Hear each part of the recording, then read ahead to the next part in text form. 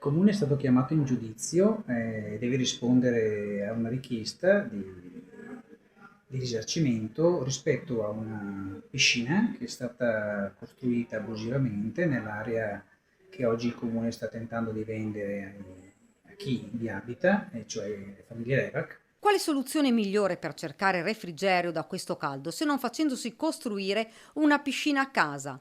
Il costo della vasca però rimane insoluto, insomma, nessuno paga. Così il costruttore direttamente dalla Romania pensa bene di trascinare in giudizio sia la famiglia che il comune di Ponzano, proprietario dell'area in cui sorge la casa.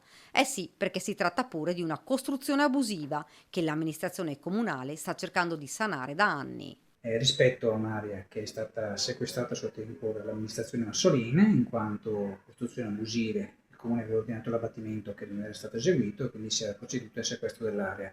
Dopo 20 anni circa stiamo tentando di vendere l'area ai soggetti che la vivono, e solo che nel frattempo una delle tre famiglie che risiedono ha deciso malaguratamente di cominciare una piscina. Più che sanare la vicenda, si sta complicando ancora di più. Abbiamo dovuto procedere ad affidare il tutto a un legale che ci difenda, stesso legale che sta percorrendo il percorso per rivendere l'area attraverso un avviso pubblico a chi appunto vi risiede, e oggi sfortunatamente ci troviamo a dover rispondere anche di questo. Una storia che si trascina da anni tra bandi di gara che non hanno trovato ancora una soluzione e ora addirittura una piscina che ha trascinato il comune in tribunale assieme alla famiglia.